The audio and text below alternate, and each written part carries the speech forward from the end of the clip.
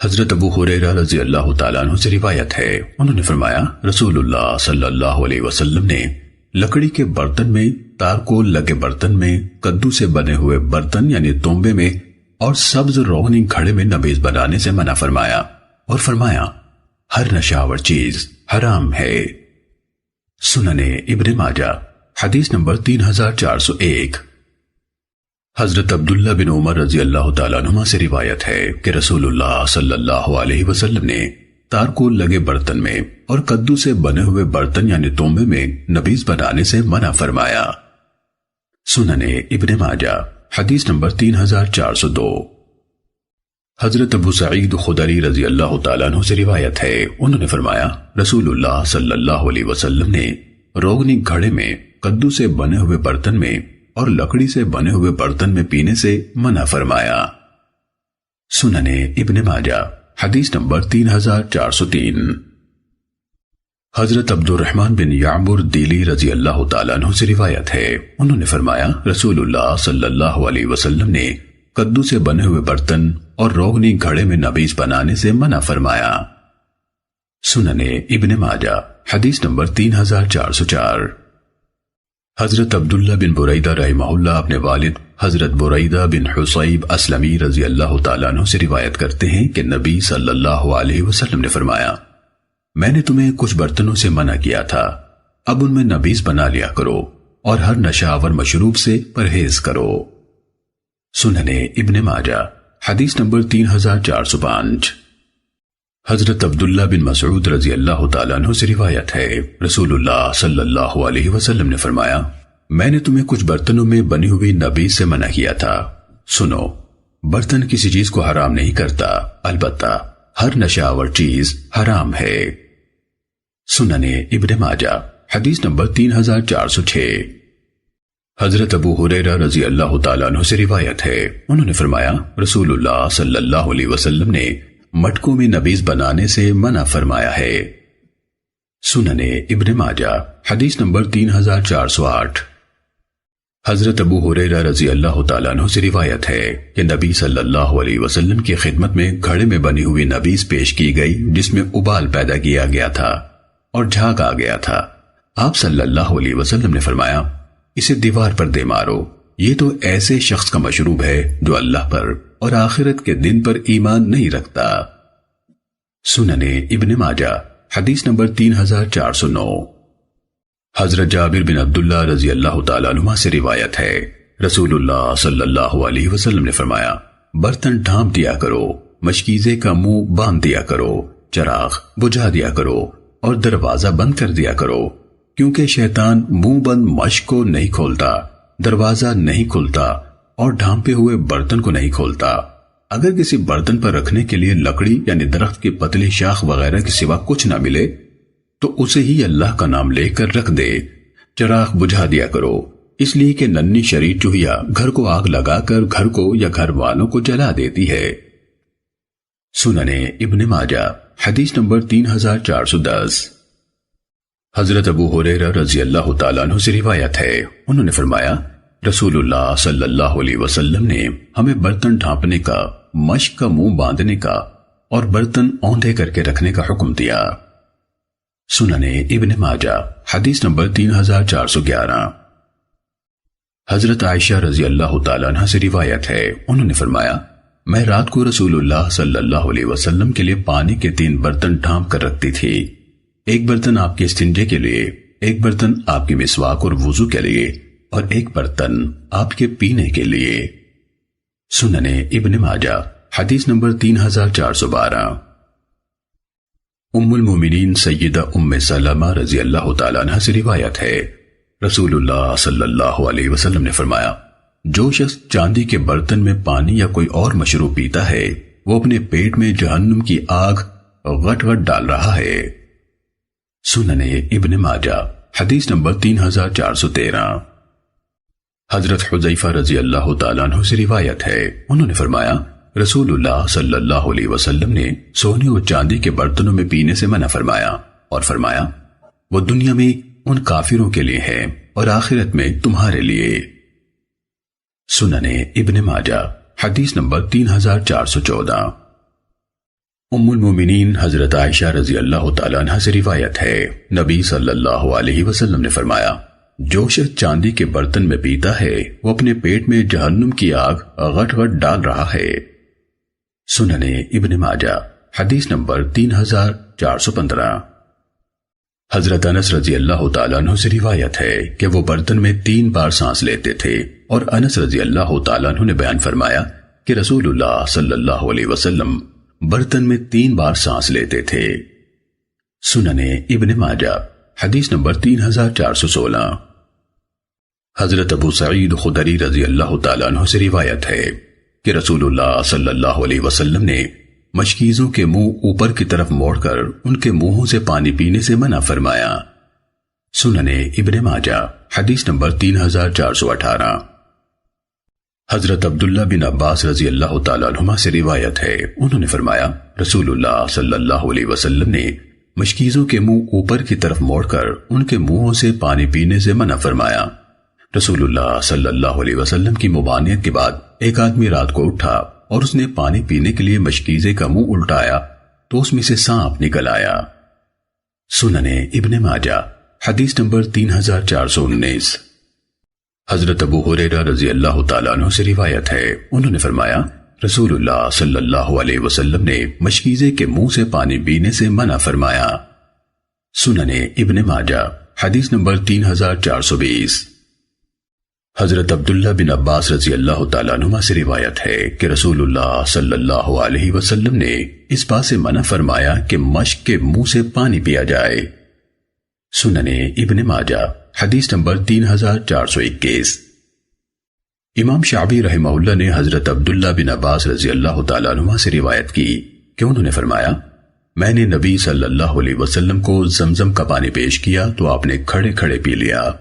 شعبی رحمہ اللہ فرماتے ہیں، میں نے اکرمہ رضی اللہ تعالیٰ عنہ کو یہ حدیث سنائی تو انہوں نے اللہ کی قسم کھا کر فرمایا کہ نبی صلی اللہ علیہ وسلم نے ایسے نہیں کیا۔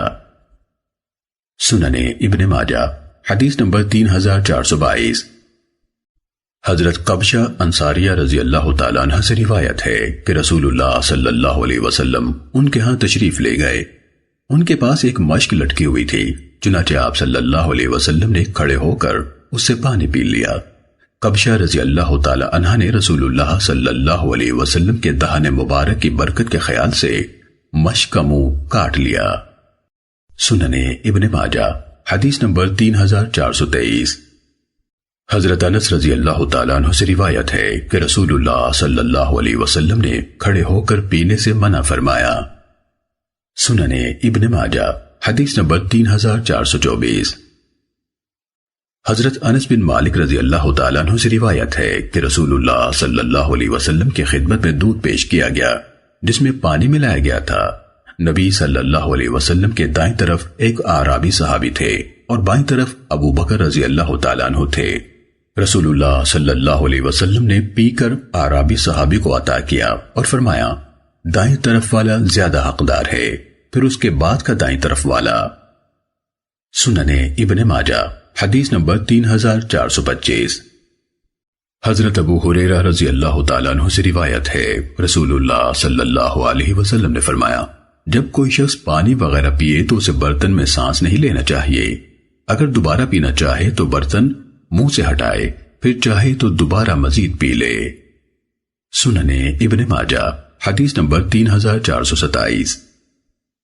حضرت عبداللہ بن عباس رضی اللہ تعالیٰ عنہما سے روایت ہے، انہوں نے فرمایا، رسول اللہ صلی اللہ علیہ وسلم نے برتن میں سانس لینے سے منع فرمایا۔ سننے ابن ماجہ حدیث نمبر 3428۔ حضرت عبداللہ بن عباس رضی اللہ تعالیٰ عنہما سے روایت ہے، انہوں نے فرمایا، رسول اللہ صلی اللہ علیہ وسلم نے پینے کی چیز میں پھونک مارنے سے منع فرمایا۔ سننے ابن ماجہ حدیث نمبر 3429۔ حضرت عبداللہ بن عباس رضی اللہ تعالیٰ عنہما سے روایت ہے، انہوں نے فرمایا، رسول اللہ صلی اللہ علیہ وسلم پینے کی چیز میں پھونک نہیں مارا کرتے تھے۔ سننے ابن ماجہ حدیث نمبر 3430۔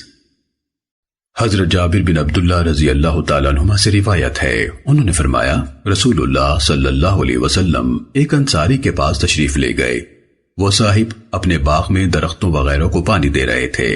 رسول اللہ صلی اللہ علیہ وسلم نے ان سے فرمایا، اگر تمہارے پاس رات کا مشکیزے میں پڑا ہوا پانی ہے تو ہمیں پلا دو، ورنہ ہم بہتے پانی سے منہ لگا کر پی لیں گے۔ انہوں نے کہا، میرے پاس پانی ہے جو رات کا مشک میں رکھا ہوا ہے۔ چنانچہ وہ صحابی چل پڑے، ان کے ساتھ ہم بھی چھپر میں چلے گئے۔ انہوں نے رات کو مشکیزے میں رکھے ہوئے پانی میں ایک بکری کا دودھ دو کر ملا دیا تو رسول اللہ صلی اللہ علیہ وسلم نے پیا۔ پھر اس انصاری صحابی نے نبی صلی اللہ علیہ وسلم کے ساتھ آنے والے کو بھی اسی طرح دودھ والا پانی پیش کیا۔ سنن ابن ماجہ حدیث نمبر 3432۔ حضرت ابو قتادہ رضی اللہ تعالیٰ عنہ سے روایت ہے، رسول اللہ صلی اللہ علیہ وسلم نے فرمایا، لوگوں کو پانی پلانے والا آخر میں پیا کرتا ہے۔ سنن ابن ماجہ حدیث نمبر 3434۔ حضرت اسامہ بن شریک ثعلبی رضی اللہ تعالیٰ عنہ سے روایت ہے، انہوں نے فرمایا، میں مجلس میں موجود تھا جب اعرابی نبی صلی اللہ علیہ وسلم سے سوالات کر رہے تھے، کیا فلاں کام کرنے میں ہم پر گناہ ہے؟ تو آپ صلی اللہ علیہ وسلم نے ان سے فرمایا، اللہ کے بندو، اللہ نے حرج یعنی تنگی کو دور کر دیا ہے، مگر جس نے اپنے بھائی کی عزت میں سے ایک حصہ کاٹ لیا، یہی ہے جس نے گناہ کیا۔ انہوں نے کہا، اے اللہ کے رسول، کیا ہمیں اس بات سے گناہ ہوگا کہ ہم بیماری سے شفا کے لیے دوا استعمال نہ کریں؟ نبی صلی اللہ علیہ وسلم نے فرمایا، اللہ کے بندو، شفا کے لیے دوا استعمال کیا کرو۔ اللہ سبحانہ و تعالی نے جو بیماری بنائی ہے اس کی شفا کے لیے دوا بھی بنائی ہے، سوائے شدید بوڑھاپے کے۔ انہوں نے کہا، اللہ کے رسول، بندے کو سب سے بہتر چیز کیا عطا ہوئی ہے؟ فرمایا، اچھا اخلاق۔ سنن ابن ماجہ حدیث نمبر 3436۔ حضرت عبداللہ بن مسعود رضی اللہ تعالیٰ عنہ سے روایت ہے، نبی صلی اللہ علیہ وسلم نے فرمایا، اللہ نے جو بیماری نازل کی ہے اس کی دوا بھی ضرور نازل کی ہے۔ سنن ابن ماجہ حدیث نمبر 3438۔ حضرت ابو ہریرہ رضی اللہ تعالیٰ عنہ سے روایت ہے، رسول اللہ صلی اللہ علیہ وسلم نے فرمایا، اللہ نے جو بیماری نازل کی ہے اس کی شفا یعنی دوا بھی نازل کی ہے۔ سنن ابن ماجہ حدیث نمبر 3439۔ حضرت ام منذر سلمی بنت قیس انصاریہ رضی اللہ تعالیٰ عنہ سے روایت ہے، انہوں نے کہا، رسول اللہ صلی اللہ علیہ وسلم ہمارے ہاں تشریف لائے۔ آپ کے ہمراہ حضرت علی بن ابی طالب رضی اللہ تعالیٰ عنہ بھی تھے۔ حضرت علی رضی اللہ تعالیٰ عنہ بیماری کی وجہ سے کمزور ہو گئے تھے۔ ہمارے ہاں نیم پختہ کھجوروں کے خوشے رسی سے لٹک رہے تھے۔ نبی صلی اللہ علیہ وسلم ان میں سے لے لے کر کھجوریں کھا رہے تھے کہ حضرت علی رضی اللہ تعالیٰ عنہ نے بھی کھانے کے لیے کچھ کھجوریں لے لی۔ نبی صلی اللہ علیہ وسلم نے فرمایا، علی رک جاؤ، تم ابھی بیماری سے اٹھے ہو اس لیے کمزور ہو۔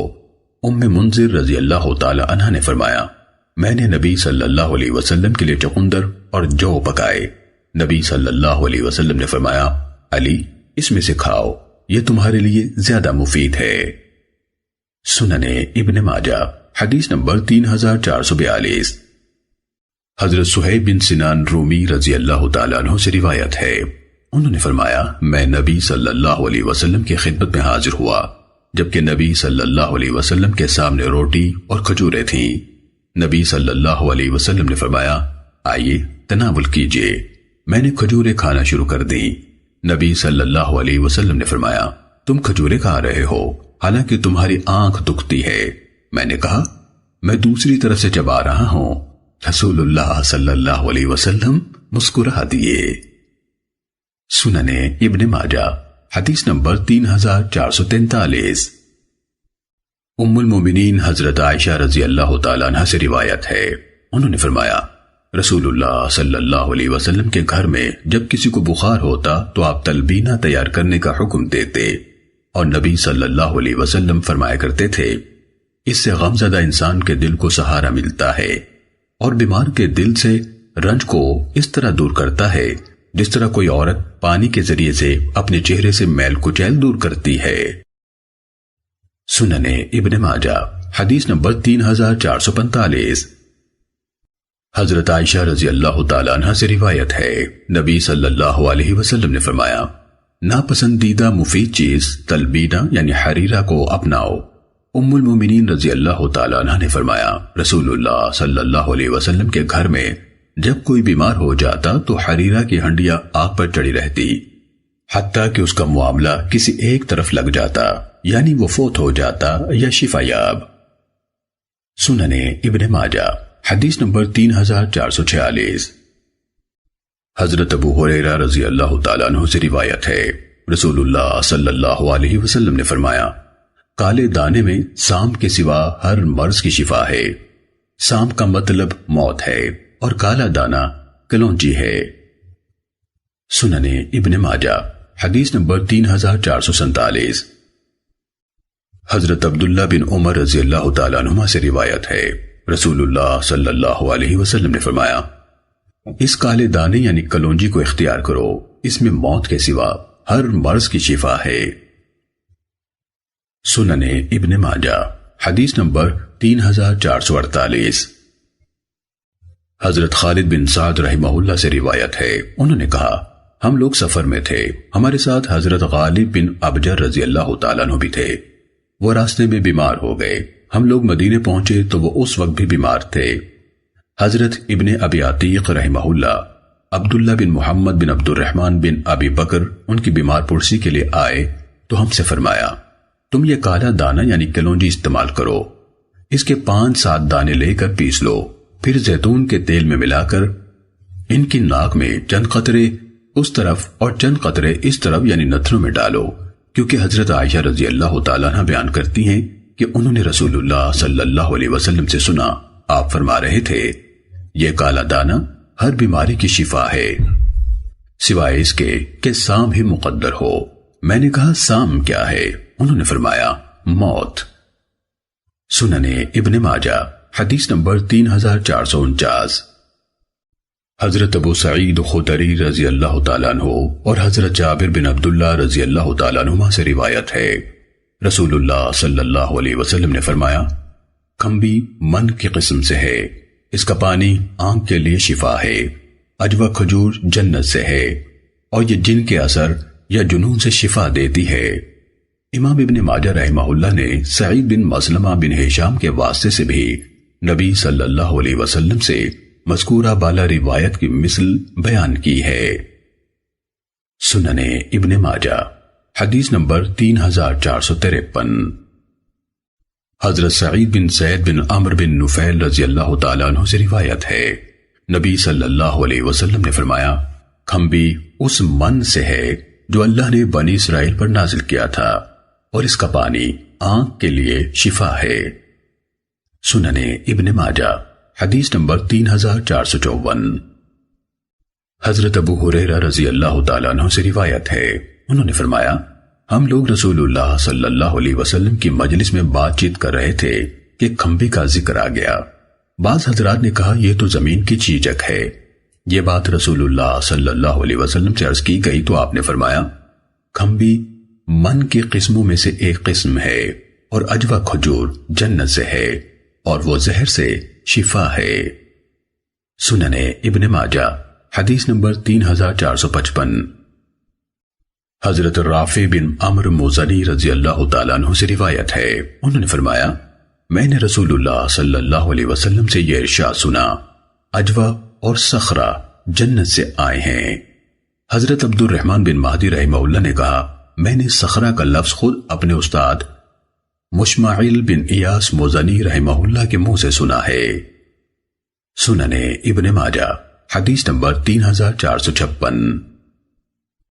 حضرت ابو ابی عبداللہ بن ام حرام رضی اللہ تعالیٰ عنہ سے روایت ہے، انہوں نے رسول اللہ صلی اللہ علیہ وسلم کی اقتداء میں دونوں قبلوں کی طرف نماز پڑھی ہے۔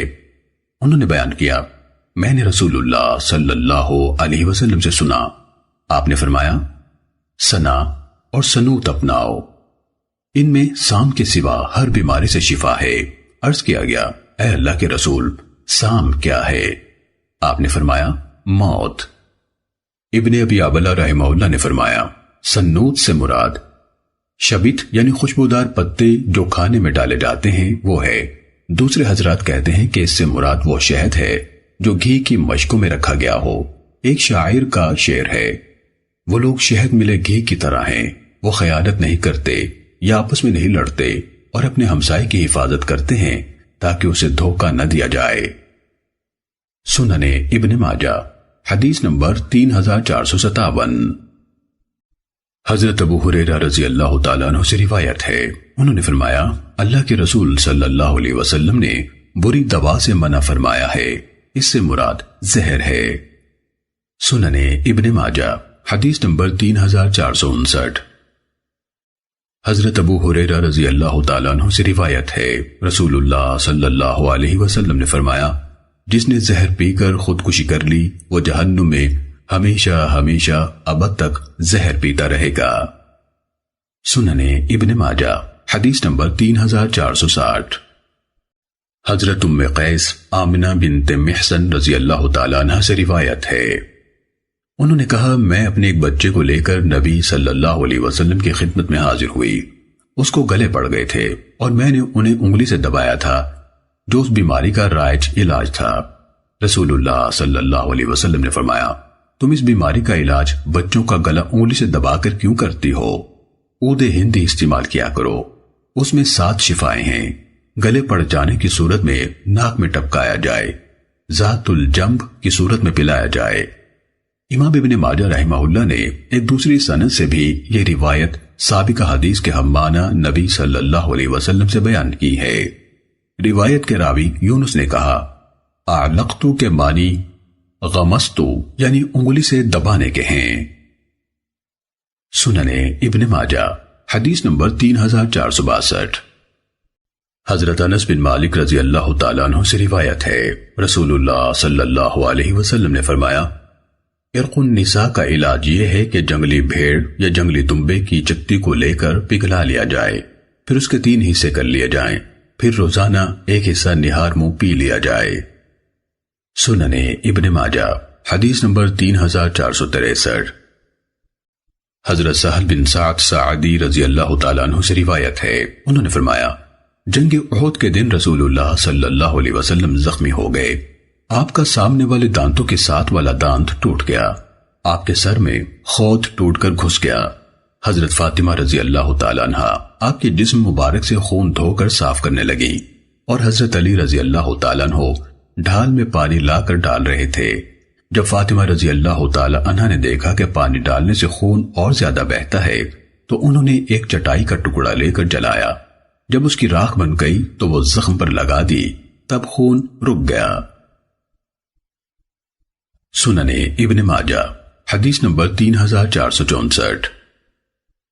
حضرت سہل بن سعد ساعدی رضی اللہ تعالیٰ عنہ سے روایت ہے، انہوں نے فرمایا مجھے معلوم ہے کہ جنگ احد کے موقع پر کس نے رسول اللہ صلی اللہ علیہ وسلم کے چہرہ مبارک کو زخمی کیا اور کون رسول اللہ صلی اللہ علیہ وسلم کے چہرہ مبارک کے زخم کا خون بند کر رہا تھا اور زخم کا علاج کر رہا تھا، اور کون ڈھال میں پانی لا رہا تھا، اور زخم کا علاج کس چیز سے کیا گیا کہ خون بند ہو گیا۔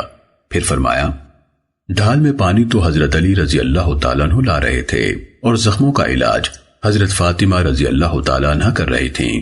جب خون بند نہ ہوا تو حضرت فاطمہ رضی اللہ تعالیٰ عنہ نے پرانی چٹائی کا ایک ٹکڑا لے کر اس کی راکھ زخم پر رکھی تو زخم سے خون رک گیا۔ سنن ابن ماجہ حدیث نمبر 3465۔ حضرت ام قیس آمنہ بنت محسن رضی اللہ تعالیٰ عنہ سے روایت ہے، رسول اللہ صلی اللہ علیہ وسلم نے فرمایا عود ہندی علاج کے لیے اختیار کرو، اس میں 7 شفائیں ہیں، یعنی 7 امراض کی شفا ہے، ان میں سے ایک بیماری ذات الجنب ہے۔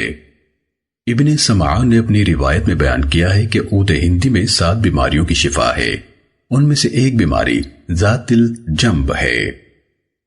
سنن ابن ماجہ حدیث نمبر 3468۔ حضرت ابو ہریرہ رضی اللہ تعالیٰ عنہ سے روایت ہے، انہوں نے فرمایا رسول اللہ صلی اللہ علیہ وسلم کی مجلس میں بخار کا ذکر ہوا تو ایک آدمی نے اسے برا بھلا کہا۔ نبی صلی اللہ علیہ وسلم نے فرمایا اس بخار کو برا نہ کہو، اس سے گناہ اس طرح دور ہو جاتے ہیں جس طرح آگ سے لوہے کی میل کچیل دور ہو جاتی ہے۔ سنن ابن ماجہ حدیث نمبر 3469۔ حضرت ابو ہریرہ رضی اللہ تعالیٰ عنہ سے روایت ہے کہ نبی صلی اللہ علیہ وسلم ایک بیمار کی عیادت کے لیے تشریف لے گئے جسے بخار تھا۔ حضرت ابو ہریرہ رضی اللہ تعالیٰ عنہ بھی ساتھ تھے۔ رسول اللہ صلی اللہ علیہ وسلم نے مریض سے فرمایا، خوش ہو جاؤ، اللہ تعالیٰ فرماتا ہے بخار میری آگ ہے جسے میں دنیا میں اپنے مومن بندے پر مسلط کرتا ہوں تاکہ آخرت میں جہنم کے عذاب کے عوض اس کا کچھ حصہ اس بخار کو قرار دیا جائے۔ سنن ابن ماجہ حدیث نمبر 3470۔ ام المومنین حضرت عائشہ رضی اللہ تعالیٰ عنہ سے روایت ہے نبی صلی اللہ علیہ وسلم نے فرمایا بخار جہنم کی بھاپ سے ہے، لہذا اسے پانی کے ذریعے سے ٹھنڈا کرو۔ سنن ابن ماجہ حدیث نمبر 3471۔ حضرت عبداللہ بن عمر رضی اللہ تعالیٰ عنہما سے روایت ہے نبی صلی اللہ علیہ وسلم نے فرمایا بخار کی شدت جہنم کی بھاپ میں سے ایک قسم ہے، لہذا اسے پانی کے ذریعے سے ٹھنڈا کرو۔ سنن ابن ماجہ حدیث نمبر 3472۔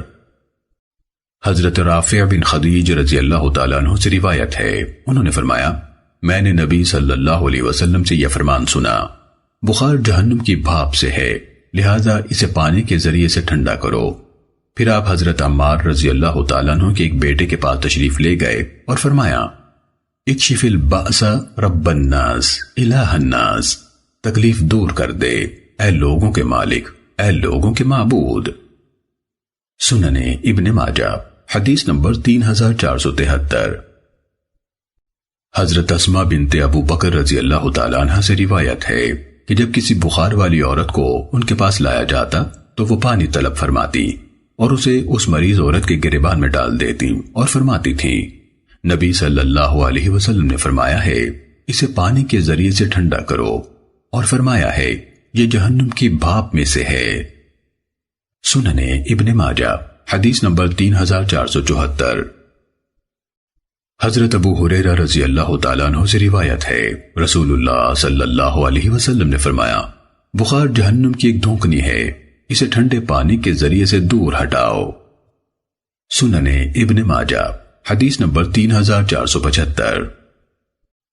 حضرت ابو ہریرہ رضی اللہ تعالیٰ عنہ سے روایت ہے نبی صلی اللہ علیہ وسلم نے فرمایا جن چیزوں سے تم علاج کرتے ہو اگر ان میں سے کسی میں کوئی بھلائی اور فائدہ ہے تو وہ سینگی لگانے میں ہے۔ سنن ابن ماجہ حدیث نمبر 3476۔ حضرت جابر رضی اللہ تعالیٰ عنہ سے روایت ہے کہ نبی صلی اللہ علیہ وسلم کی زوجہ محترمہ حضرت ام سلمہ رضی اللہ تعالیٰ عنہ نے رسول اللہ صلی اللہ علیہ وسلم سے سینگی لگوانے کی اجازت طلب کی تو نبی صلی اللہ علیہ وسلم نے ابو طیبہ رضی اللہ تعالیٰ عنہ کو حکم دیا کہ انہیں سینگی لگا دیں۔